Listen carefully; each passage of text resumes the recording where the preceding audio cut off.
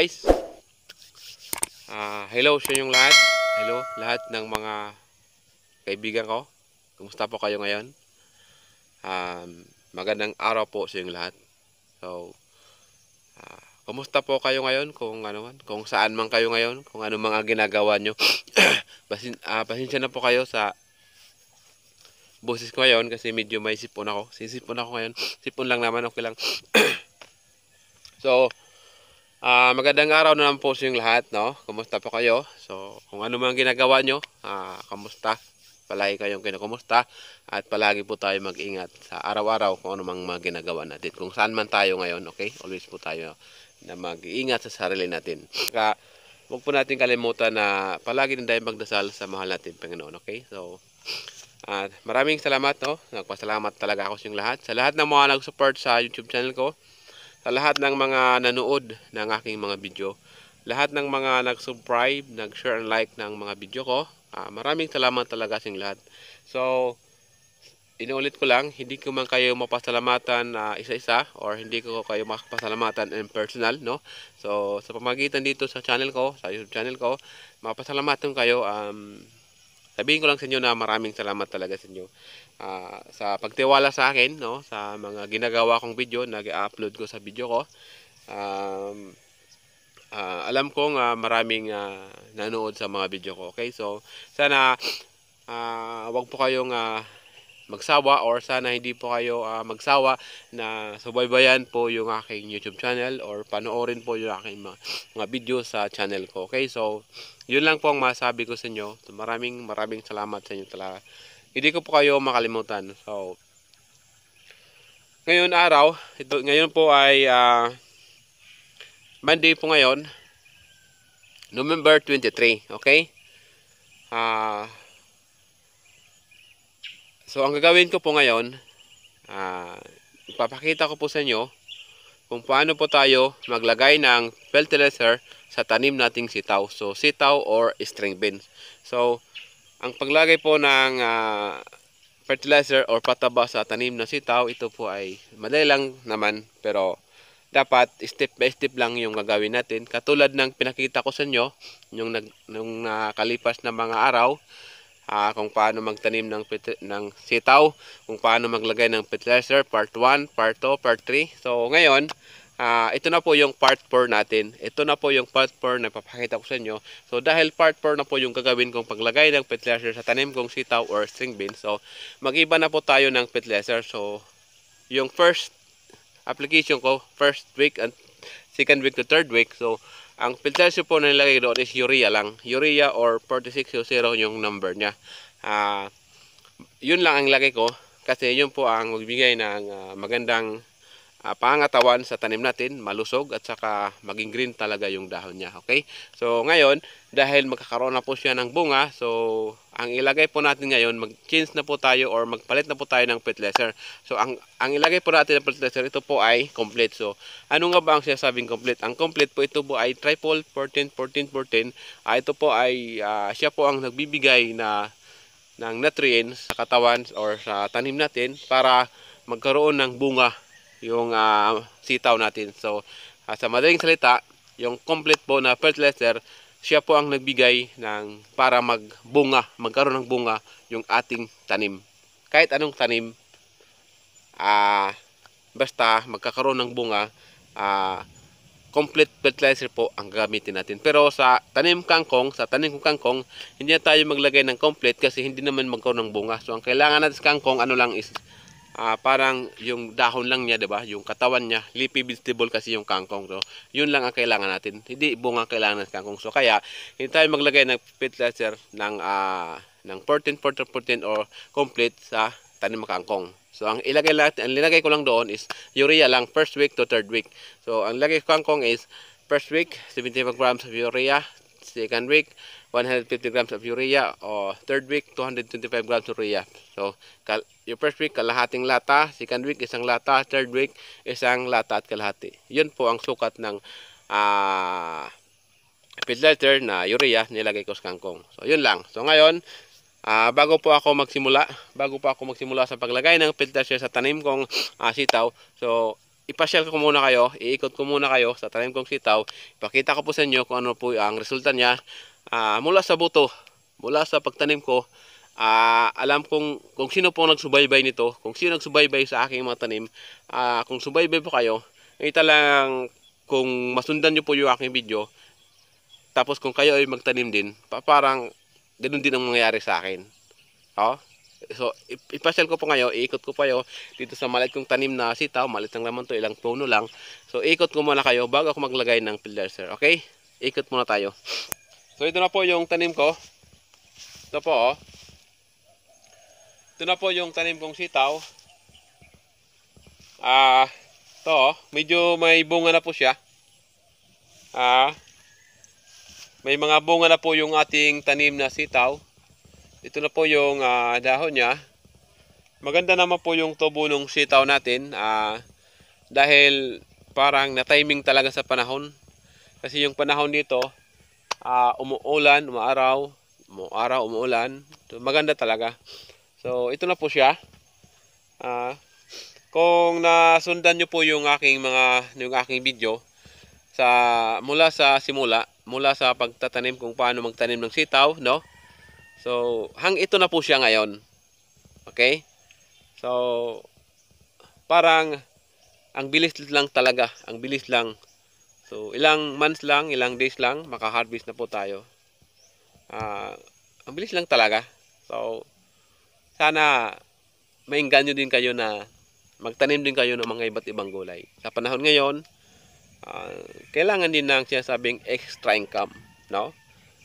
Dahil kung magtatanim po tayo, hindi naman to natin hahawakan everyday, di ba? Hindi naman natin to parang hayakapin, di ba? So, pag magtanim tayo, bayaan na natin. Iwan natin. Balikan natin. Lagyan natin ng fertilizer. Lagyan natin ng pataba or anong kailangan. Isprihan natin. Medyo mas maganda kung medyo malinis po yung tanim natin. Maganda yun, di ba? So, yun lang. So, kung natandaan nyo po, bali, itinanim ko po ito dito, October 12. October 12 ko po ito tinanim. So, ngayon is November 23 na. November 23. So, ito po siya ay, pagka November 12, isang month, November 12. So, ano po to siya, 1 month na po ito. 1 month na po ito at saka 11 days. So, 1 month saka 11 days na po ito siya.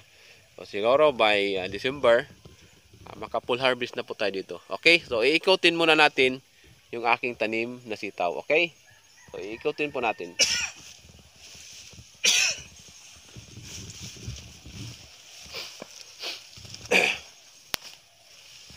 Ito, may mga bunga niya. Tapos kabila.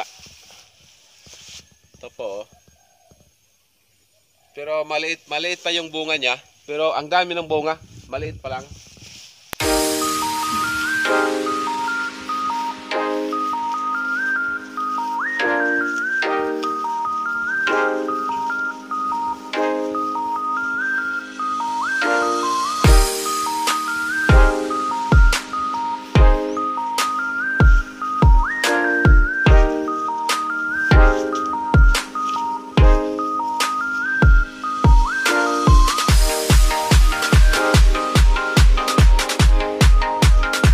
Ito na po. Ito po yung tanim ko. Medyo ano naman, hindi naman siya gaano kalawak yung tanim kong sitaw. Pero para sa akin, okay na po ito.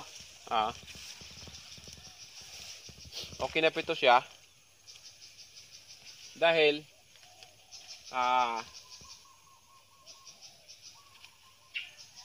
sabi ko nga sa inyo, pasagan ko yan.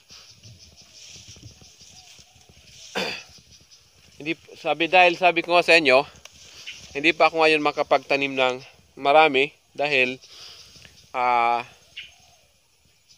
wala talaga akong budget, wala akong pangkapital, pampuhunan. So Kaya lang yung pagtatanim ko, so step by step lang, sa tsaka dandahan lang yung pagtanim ko dahil mahirap magtanim ng marami. Baka hindi natin kakayanin, so sayang lang yung pagod natin. So yung advice ko po sa inyo guys, kung magtanim po kayo ng sitaw or kung ano mang itanim nyo na gulay sa bahay nyo, kung saan man kayo, so lalo na po kung nagsimula pala kayo, wag po kayo magtanim agad ng marami. O ulitin ko lang, kasi hindi niyo po alam yung yung pamaraan, yung parang diskarte sa pagtatanim. Pero kung alam niyo na at saka may puhunan kayo, so pwede kayo magtanim agad ng marami. Pero mas maganda kung anong itanim nyo, tutukan nyo muna. Halimbawa, kung magtanim kayo ng ampalaya, so tanim muna kayo ng ampalaya. Kung magsimula pa lang first time kayo magtanim, kahit anong crop yung itanim nyo, halimbawa ampalaya, so first time pa lang kayo, kung mapanood nyo po yung video ko, at least yun naman talaga yung pagtatanim ko. At least may maturuan kayo sa akin. Kung sundan nyo po yung video ko, yun na po yung pagtatanim nyo. Yun talaga ang pagtatanim ko. So simple lang. Tapos i-try nyo sa inyo. Pag try nyo, tanim lang kayo ng ilang puno. Halimbawa 50 na puno, 100 na puno, or depende lang. Basta yung kaya nyo lang alagaan muna. So tapos yung aking pamaraan pwede sundin. Pwede nyo gayahin ako. So panoorin nyo lang yung video ko kung paano magtanim ng ampalaya. Kung ampalaya yung tanim nyo, kung sitaw yung tanim nyo, panoorin lang yung video ko. So yun na talaga yung pagtanim ko. So wag agad kayo magtanim ng mga rami. Kunti-kunti lang muna. Tapos pag malaman nyo na, nalaman nyo talaga, natutunan nyo na kung paano magtanim, so pwede na po kayo magtanim ng marami sa susunod na pagtanim. So huwag tayong magmadali sa pagtatanim. Dahan-dahan lang po tayo kasi wala namang hindi naman tayo agad na dito umaasinso. Dapat dahan-dahan lang tayo dito. So dahan-dahan lang. So ganun din talaga ako pag ako magtatanim. Kunti-kunti lang tanim ko talaga dahil una-una yung number 1 talaga na problema sa akin, wala akong budget. Wala akong capital na pantanim. So tapos yung maganda kasi sa ampalaya, kasi pag ampalaya time natin, yung ampalaya or better gourd, kailangan natin ng capital doon. Mahal yung seedlings niyan. Di katulad ng sitaw, ng kangkong, ng okra, ng kalabasa, or ibang mga tanim na gulay, is medyo mura lang yung buto nila. So mas maganda nga yung kangkong, mura lang yung butong kangkong, tapos nakaka-income naman tayo. Okay, so dahil umuulan na po dito ngayon, basta ito lang po yung tanim ko ngayon. Bali, nagkaroon na po yung bunga yung tanim ko. Ito na po siya. Ito na po ay 1 month na po ito. 1 month na po ito at saka 11 days. So, siguro mga December, full harvest na po tayo dito. So, yun lang talaga. So, simple lang. Yun talaga ang sinasabing yung matandang kasabihan. O ulitin ka lang. Yung matandang kasabihan, sabi nga nila, pag may tinatanim, may anihin talaga. Di ba? Kung may tiyaga, may naga talaga. So, ganun talaga.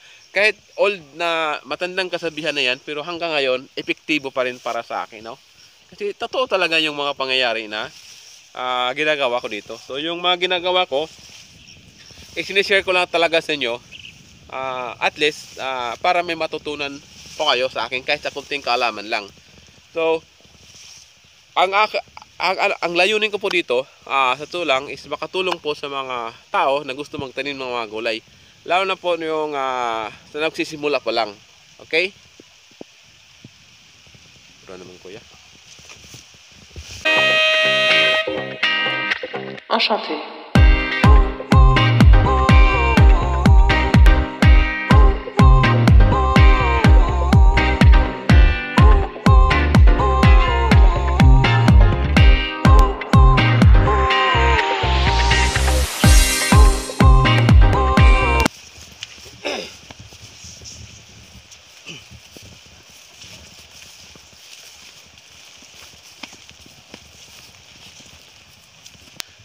guys, patuloy po tayo dito ngayon. Dahil umuulan, nag-stop muna kami. Kumuha ako ng dahon ng saging dahil walang ibang pang ano dito eh, pang takip, pang tabon sa katawan natin. Ito lang muna yung dahon ng saging yung ginagamit ko. Kasi wala nang iba. Oh. So, ulitin ko lang guys, alam niyo po, ang layunin ko po dito sa sa channel ko, ang layunin ko po sa YouTube channel ko, ito po ay parang makapagbigay lang ako ng kunting kalaman, makatulong man lang sa iyo sa kahit kunting kalaman, at least may matutunan po kayo sa akin. So, ang maganda dito, sharing lang tayo ng experience. So, kung may experience po kayo, i-share nyo sa akin, at saka yung experience ko, i-share ko sa inyo. So, pag maraming experience po na i-share natin sa isa-isa natin, so, marami talaga, madagdagan po yung experience natin. So, mas maganda yun, di ba? So, nakita naman po talaga yun, ito na po yung aking, yung aking tanim na sitaw, medyo maganda talaga ang tubo. Magandang tubo ng sitaw ko. Dahil, maraming bunga din, maraming bunga. May mga bunga na siya. Kunti pa yung mga bunga niya, magunti pa, maliit pa yung bunga niya, pero marami talagang bunga, okay? So, ito lang guys. Para sa nagsubaybay ng aking mga video. So, ito na po yung tanim ko. Ito na po yung sitaw ko. After 1 month at saka 11 days. So, ito na po siya ngayon. So, okay? So, baka lumakas pa yung ulan. Ipapakita ko na po sa inyo kung paano tayo maglagay ng fertilizer sa tanim nating sitaw or string beans, okay? Ito na po guys yung paglagay natin ng fertilizer. Ganon din yung proseso sa paglagay ng fertilizer sa tanim natin na sitaw or string beans. So ganon din. So kung ano po ang nakita nyo sa akin na paglagay ng fertilizer sa tanim ng sitaw, so ganon din yung makita nyo. Pero ang kaya lang, ang nakaiba dito, iba na po yung sukat na ilagay natin. Iba na po na abono yung ilagay natin dito. Okay? So ang ilagay po natin dito, ito po ay complete. So, sabi ko na kanina sa inyo, ulitin ko lang ngayon, ang complete po ito po ay triple 14-14. So ito po ay, siya po ang nutrients niya dito, ang vitamins po dito na makuha ng sitaw natin or string beans, ito po ay para magkaroon siya ng bunga. So at actually, may bunga naman po talaga yung sitaw natin. So para mas dumami pa yung bunga, ito po yung gagamitin natin. Ito po ay complete fertilizer. Okay, ilagay po natin dito sa lata. Maglagay po tayo ng konti lang. Haplata lang yung ano dito natin. Haplata lang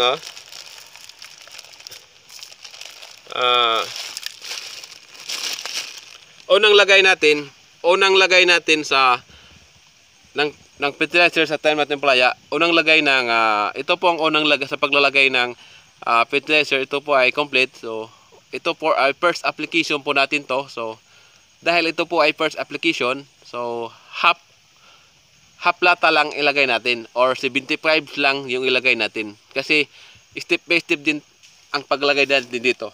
So first application natin sa complete fertilizer, half lata lang, kalahati ng lata or 75 grams lang muna. So next week, ang gagawin natin isang lata na po. Sa susunod na naman, isang lata at kalahati. Sa sunod naman, dalawang lata na po. So step by step yung paglagay natin dito ng fertilizer, okay? So ihalo po natin itong kalahati ng lata ng complete na fertilizer, ihalo po natin sa 16 liters of water or isang balde na tubig or 4 na galon, okay? Ito po yung paghalo natin,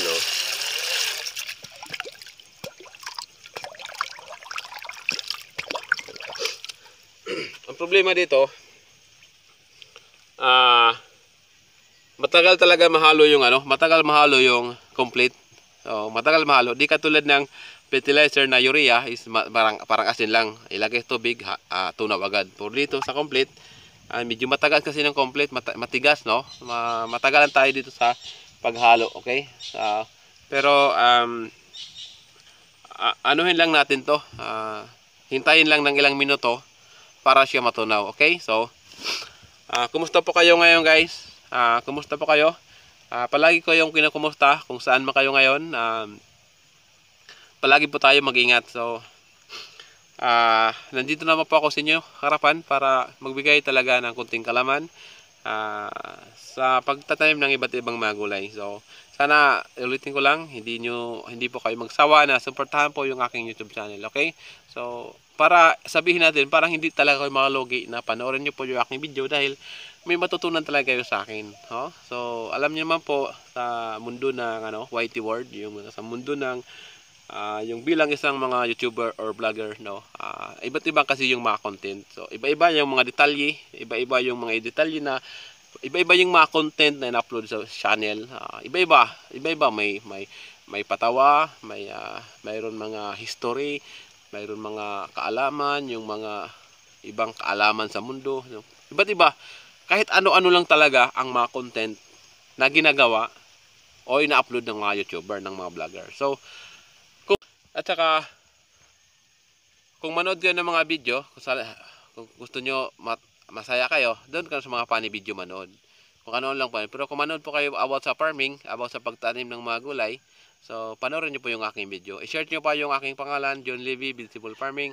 Labas po yun sa cellphone nyo, doon sa YouTube talaga. So, pag makita nyo po yung mga video ko doon, pag makita nyo, para at least sa kunting kalamay matutunan po kayo sa akin. Lalo na po yung mga interesting po, yung mga nag-interest dito, yung mga nagtatanim ng mga gulay. Kahit wala silang alam, wala silang karanasan sa pagtanim ng mga gulay, kung makita nila po yung aking video, para doon may matunan sila sa akin, okay? May matunan kayo sa akin. So, yun lang guys. So, tuloy po tayo dito. Dahil umuulan na talaga yung panahon. Kaya nga shirt lang ako. Dahil masama yung katawan ko ngayon. So, haluin natin to. Haluin natin ng mabuti para madali matunaw. Ganun lang natin yung gagawin natin. Para matunaw agad, madali tayo So, ito po, tunaw na po. Natunaw na po. Nahalo na po yung ating abono. So, maglalagay na po tayo dito sa tanim natin. Ilagay na po natin. So, isang lata lang po yung ilagay natin bawat puno. So dito po natin ilagay. Yun lang. Yun lang yung pamaraan ko sa paglagay ng fertilizer sa tanim kong sitaw. Mas maganda, malinis po yung tanim natin. Ito talaga yung epekto pag walang plastic mold, medyo matamo talaga. Ito po, ibuhos lang natin sa puno yung fertilizer na complete sa tanim nating sitaw, okay? Ganun lang kasimple.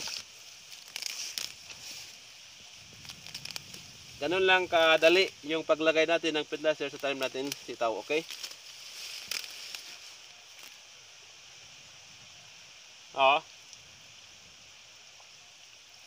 Yun lang talaga. Kaya lang step by step lang ang paglagay natin dito. Hindi natin lagyan agad ng marami. Dahan-dahan lang tayo dito. Kaya nga step by step yung paglagay ko ng fertilizer. Kasi parang step by step din sila tumutubo. Parang dahan-dahan din sila tumutubo para magkaroon ng bunga. Yun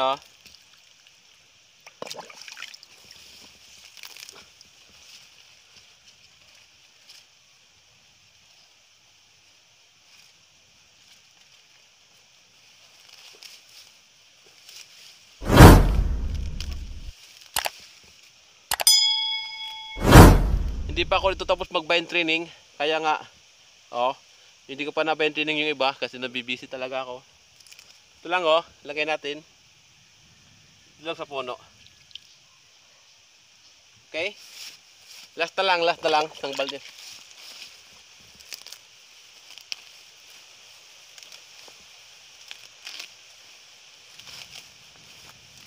Mas maganda, linisan natin muna bago tayo maglagay ng fertilizer para walang kaagaw yung tanim natin. Talagang tanim lang talaga at makakain ng fertilizer. Okay, lagay po natin dito. So yun lang guys, yung pinakita ko sa inyo kung paano ako maglagay ng fertilizer sa tanim kong sitaw or string beans. Dahil na full memory na po yung aking cellphone, putulin ko lang po yung video ko, hindi ko lang pahabain. Yun lang guys, yung pinakita ko sa inyo. Ito na po yung aking tanim na sitaw after 1 month at saka 11 days. Ito na po yung resulta ng aking tanim na sitaw or string beans. Ang dali lang, ang bilis talaga ng panahon. Ang bilis talaga tumubo, ang bilis lumaki. Nagkaroon na siya ngayon ng bunga. Okay? So yun lang guys. Gusama kayo ngayon, ingat kayo palagi. God bless us all.